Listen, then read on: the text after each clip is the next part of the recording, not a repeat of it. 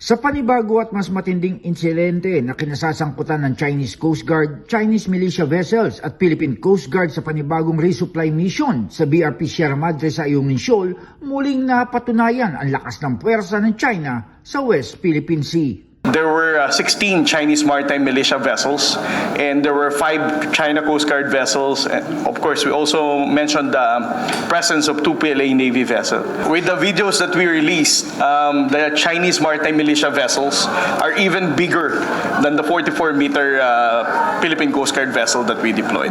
Gumamit ang Philippine Navy na isang civilian vessel para sa resupply mission at makikita sa mga video na inilabas ng Armed Forces of the Philippines kung paano ginipit at ginitgit ng mga sasakyang pandagat ng China ang civilian vessel, maging ang isang Philippine Coast Guard ship.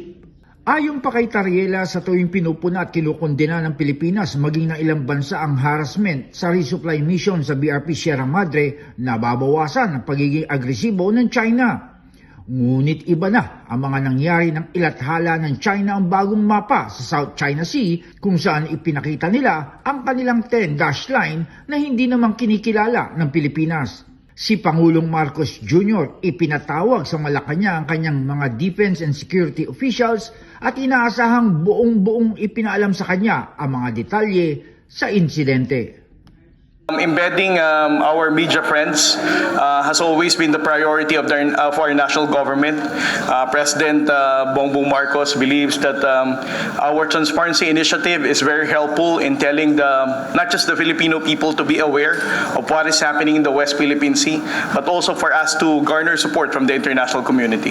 Nilinaw lamang din ni Tariela na iniimbestigahan pang insidente at ang tanging malinaw anya ay nagkaroon ng banggaan.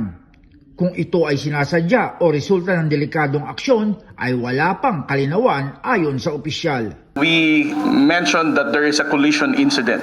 As to whether it is intentional or not, we go back to the behavior of China, highlighting the fact that they have been doing this dangerous maneuver.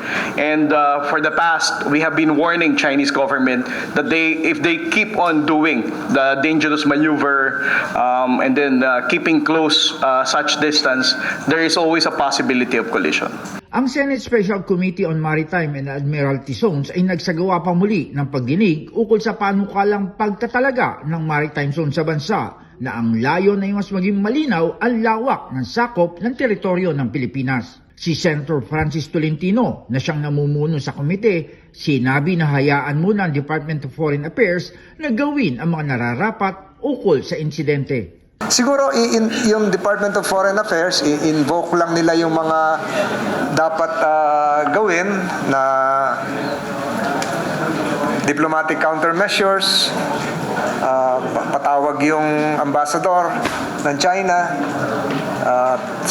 Yung suggestion ka naman kahapon, magkaroon ng masusing investigasyon, gamit po yung SOLAS at yung CIC. Merong protocol po kasi yung Code of Maritime Incidents. Ngunit anya, kung pagbabasehan ng United Nations Convention on the Law of the Sea o UNCLOS, maaring maningil na ng danyos ang Pilipinas sa China. Yung damage doon sa barko, sa Unamay 2, Inayzamay 2. So yung sira doon sa barko, yung pwedeng maging liable sila doon, plus the civil damages that can probably be secured by the crew. Yung stress, yung psychological difficulties during that moment na binangga sila. So, yun siguro. They can file a case. Ang Department of Foreign Affairs naghain na ng panibagong diplomatic protest laban sa China at ipinatawag ang isang mataas na opisyal ng Chinese Embassy para magpaliwanag. John Escosio, Radyo Inquirer Online, bayang nagtatanong, mamaya nag-uusisa.